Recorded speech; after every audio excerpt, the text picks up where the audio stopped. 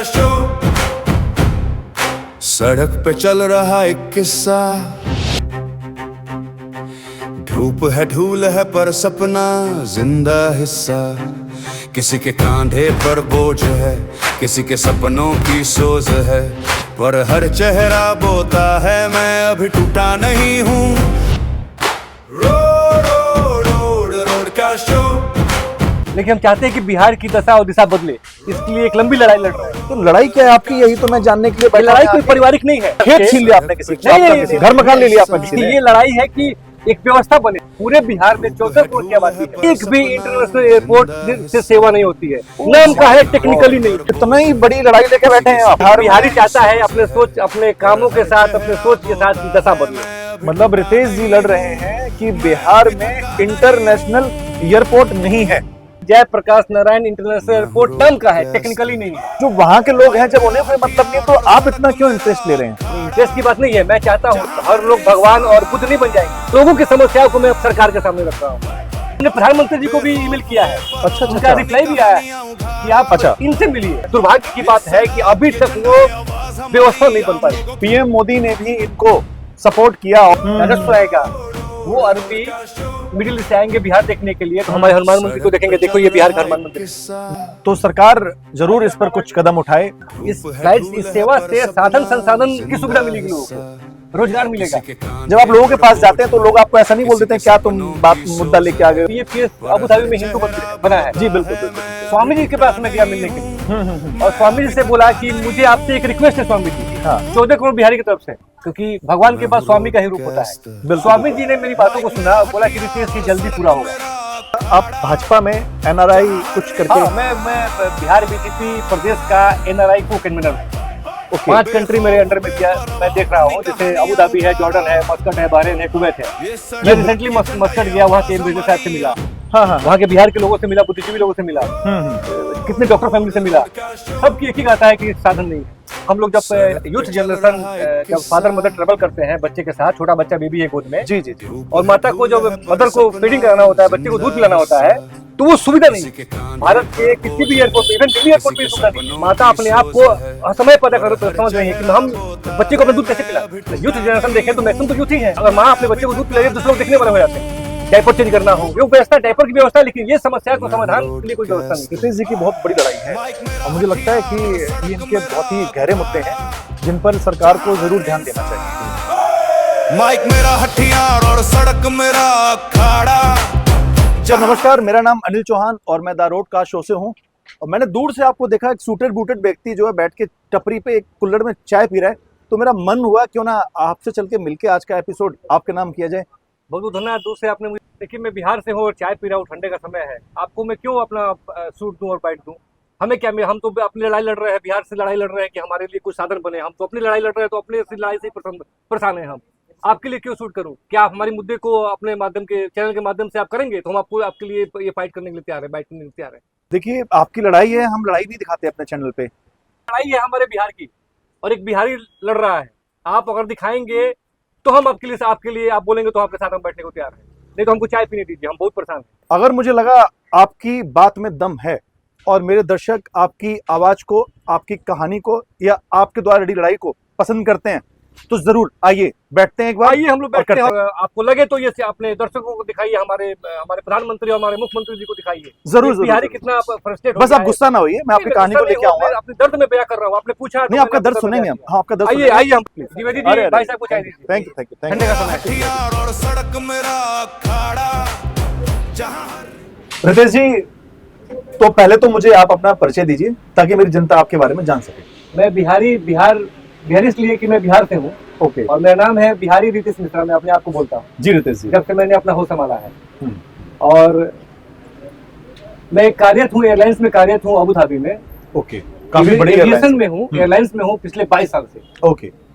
हमारे पास सब सुख सुविधा है, हम अपना जिंदगी काट सकते हैं, लेकिन हम चाहते हैं कि बिहार की दशा और दिशा बदले, इसके लिए एक लंबी लड़ाई लड़ रहे हैं। तो लड़ाई क्या है आपकी, यही तो मैं जानने के लिए। लड़ाई कोई पारिवारिक नहीं है। हाँ, ये लड़ाई है कि हमारे पूरे बिहार खेत छीन लिया आपने किसी का? नहीं, यही तो हम आपको बताना चाहते हैं। घर मकान ले लिया आपका किसी ने? ये लड़ाई है कि एक व्यवस्था बने। पूरे बिहार में 14 करोड़ की आबादी है। अगर आप गूगल करें तो 14 करोड़ की आबादी है। एक भी इंटरनेशनल एयरपोर्ट से सेवा नहीं होती है, नाम का है, टेक्निकली नहीं है। मतलब इतना ही बड़ी लड़ाई लेके बैठे हैं आप। अब क्या करें हम? क्या आप चाहते हैं कि बिहारी चाहता है अपने कामों के साथ, अपने सोच के साथ की दशा बदले। मुझे तो लगा कि आपकी कोई पर्सनल लड़ाई झगड़ा है। यही तो बताना चाहता हूँ कि ये हमारी कोई जमीन की लड़ाई और हमारे घर की लड़ाई नहीं है, ये पूरे बिहारियों के लिए है, पूरे बिहार के विकास के लिए है।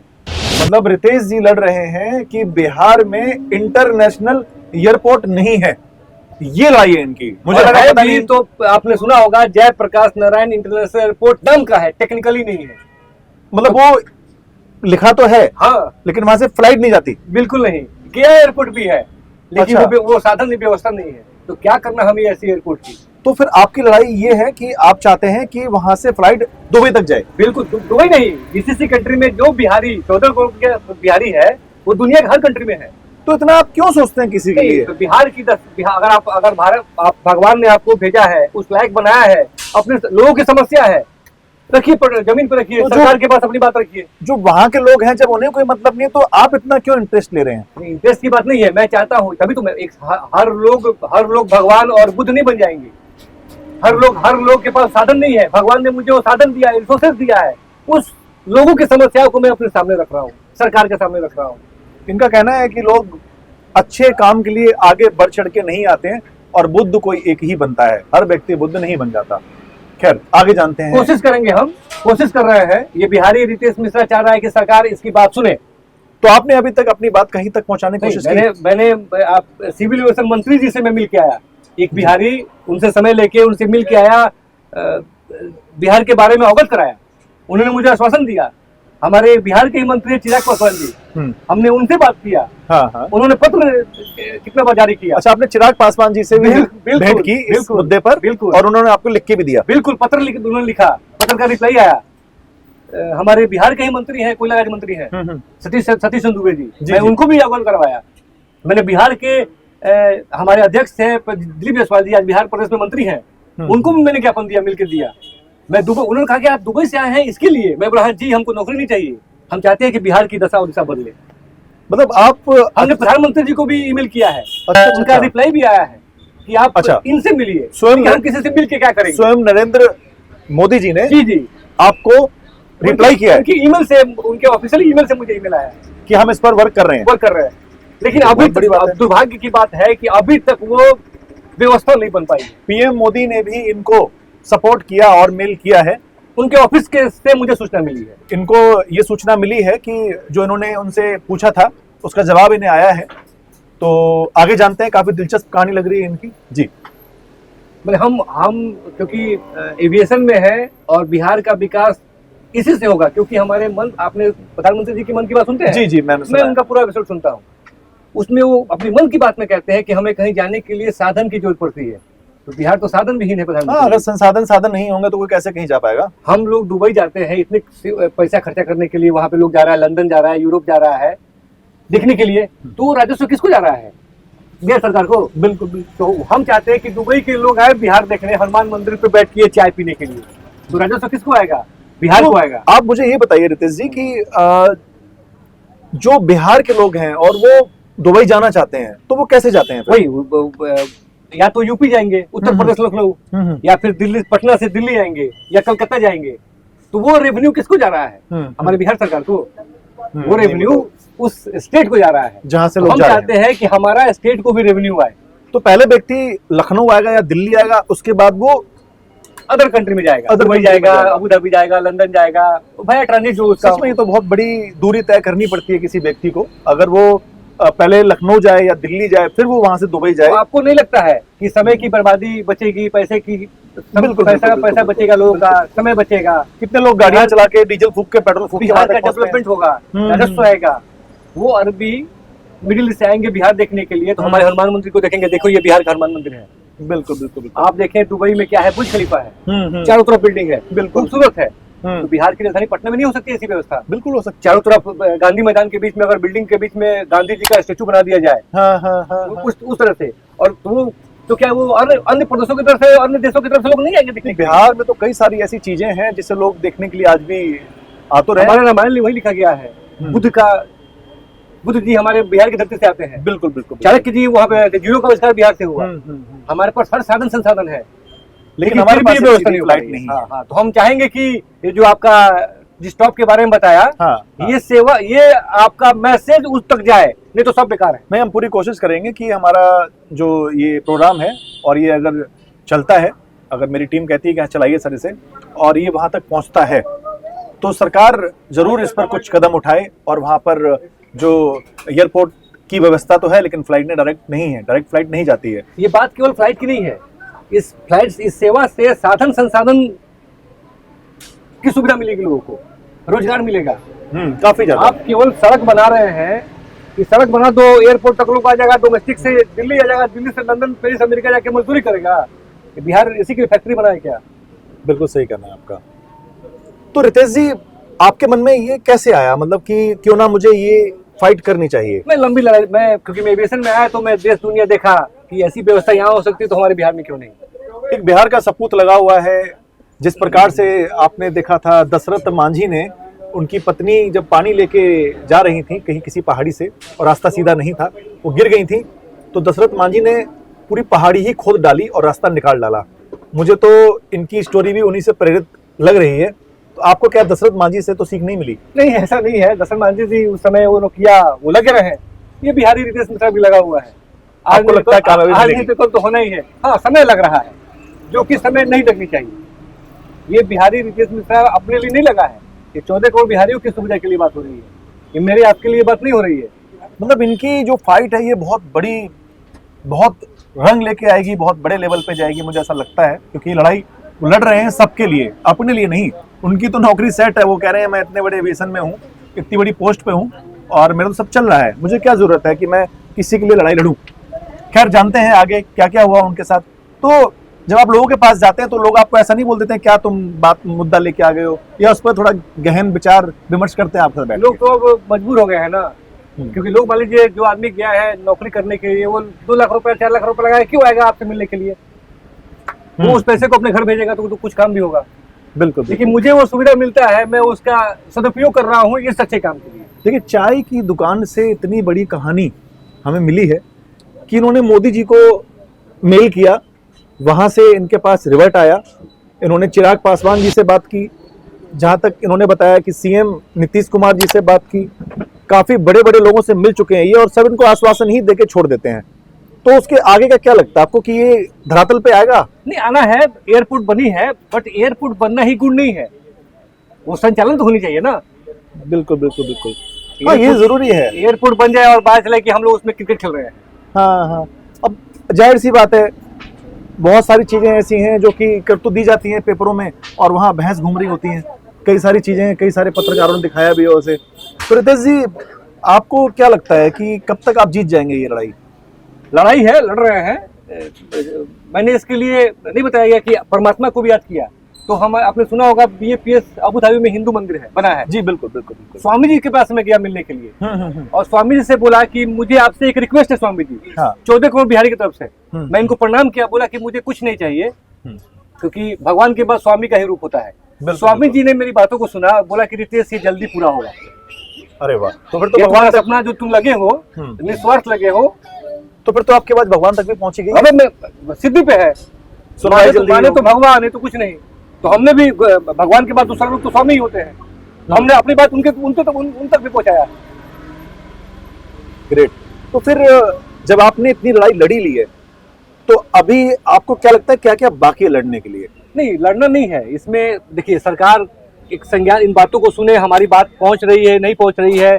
ऑफिशियली भी काफी बार मैं मिल के बता चुका हूँ, नहीं हो पा रही है। किस रीजन से नहीं हो पा रही? तो आपकी लड़ाई ये सिस्टम के खिलाफ है, या लोगों के खिलाफ है, या पर्टिकुलर जो सत्ता में बैठा पक्ष है उसके खिलाफ है? मैं तो कहूँगा जितनी पार्टियां हैं, पार्टी से हट के सभी पार्टी को जरूरत है। आज भारत के किसी केंद्रीय मंत्री को जाना हो दुबई तो कैसे जाएगा? पर आप तो खुद, जैसा कि आपने जिक्र किया, आप भाजपा में NRI कुछ करके। हाँ, मैं बिहार BJP प्रदेश का NRI को कन्वीनर हूँ। ओके। 5 कंट्री मेरे अंडर में दिया, मैं देख रहा हूँ, जैसे अबू धाबी है, जॉर्डन है, मस्कट है, बहरीन है, कुवैत है। मैं रिसेंटली मस्कट गया, वहाँ के एम्बेसडर साहब से मिला, हाँ, वहाँ के बिहार के लोगों से मिला, बुद्धिजीवी लोगों से मिला, कितने डॉक्टर फैमिली से मिला। सबकी एक ही कहता है कि साधन नहीं है। ये खुद से मैं अपने बीजेपी पैसे लगा जैसी के, बड़ी पार्टी में इस लेवल पे बैठे हुए हैं और फिर भी ये लड़ाई लड़ रहे हैं। मैं सरकार का इसमें विरोध नहीं कर रहा हूँ। मैं चाहता हूँ कि ये सेवा जल्द से जल्द हो, लोगों को इससे मुक्ति मिले। हमें मान लीजिए मेरे बेटे का शादी हो और मैं दुबई में हूँ और मुझे जाना है, कल को कुछ हो गया, कल को कुछ भी हो सकता है, बिल्कुल बिल्कुल फेस्टिवल है, कुछ भी घटना दुर्घटना हो सकता है, तो मैं समय से पहुंच पाऊंगा अगर साधन नहीं है तो। बिल्कुल सत्य बात है। इससे रोजगार मिलेगा ना। आपने बताया था कोई व्यक्ति अपने बेटे को फीड कराना था। हाँ, अब देखिए मैं फ्लाइट में जा रहा था, एक बिहार के सज्जन थे जो कि यूरोप में काम करते हैं, तो बात में पता चला कि मैं बिहार बीजेपी से हूँ और समस्याओं को उन्होंने बताया मुझे सुन के बड़ा आश्चर्य हुआ और सच में लगा कि नहीं ये जरूरत है। क्या कहानी वो उन्होंने कहा कि हम लोग जब यूथ जनरेशन जब फादर मदर ट्रेवल करते हैं बच्चे के साथ, छोटा बच्चा बेबी है गोद में, जी जी जी, और माता को जब मदर को फीडिंग कराना होता है, बच्चे को दूध पिलाना होता है, तो वो सुविधा नहीं है। ये सही बात है, बहुत ही अच्छी, बहुत बड़ा उन्होंने मुझे जानकारी दिया। जी जी, भारत के किसी भी एयरपोर्ट पे, इवन दिल्ली एयरपोर्ट पे सुविधा नहीं है। अच्छा, बिहार तो बहुत दूर है। ऐसी व्यवस्था होनी चाहिए कि नहीं, माता अपने आप को असमय पता कर समझ रही है कि हम बच्चे को अपना दूध कैसे पिलाएं। अगर यूथ जनरेशन देखें तो मैक्सिमम तो यूथ ही है। बिल्कुल बिल्कुल। तो अगर माँ अपने बच्चे को दूध पिला रही है तो लोग देखने वाले हो जाते हैं।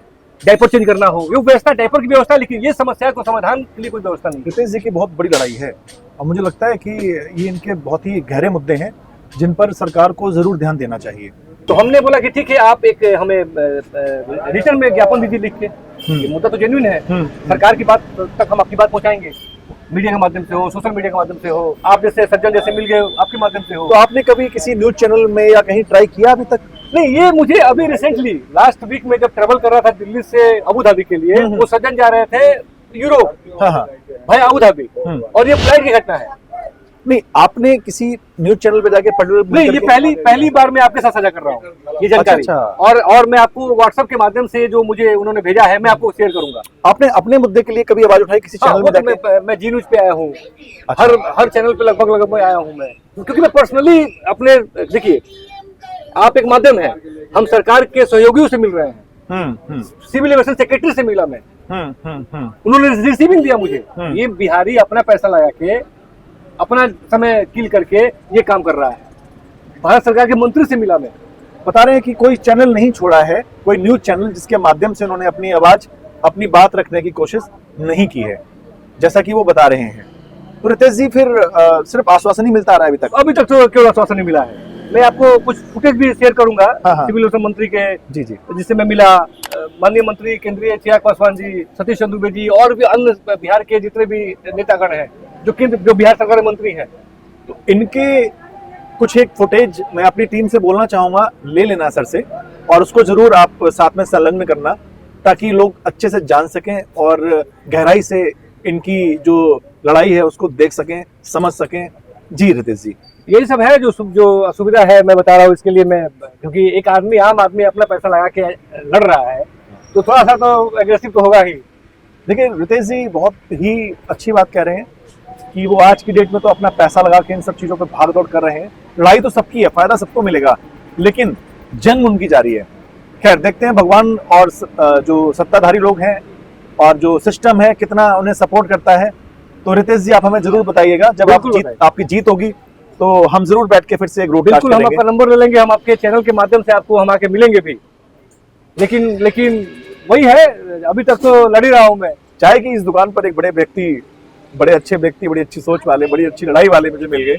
बहुत अच्छा रहा मेरा ये आज का एपिसोड। अब देखते हैं, बाकी मेरी टीम पर सब कुछ निर्भर करता है कि वो इस एपिसोड को आगे बढ़ाते हैं नहीं बढ़ाते हैं। तब तक के लिए नमस्कार रितेश जी, बहुत बहुत धन्यवाद। बहुत धन्यवाद आपको बहुत बहुत धन्यवाद। बहुत अच्छा लगा कि आप, मैं बैठा था चाय पीने और आप मुझे ही देखा, इस बिहारी को ही देखा। ये भी किस्मत का बात है, ये भी किस्मत की बात है। देखते हैं आपसे आपके चैनल क्या कर पाता है। बाकी तो मैं लड़ाई लड़ ही रहा हूँ। नहीं, बिल्कुल हम पूरी कोशिश करेंगे आपकी बात को आगे तक पहुंचाने के लिए। बिल्कुल, धन्यवाद। है ढूल है पर सपना बड़ा है रोडकास्ट वाले, कितने आए और कितने गए इनको भी देख लेते हैं। किसी के सपनों बाकी तो चलता रहेगा, पर हर चेहरा बोता है मैं अभी टूटा नहीं हूँ।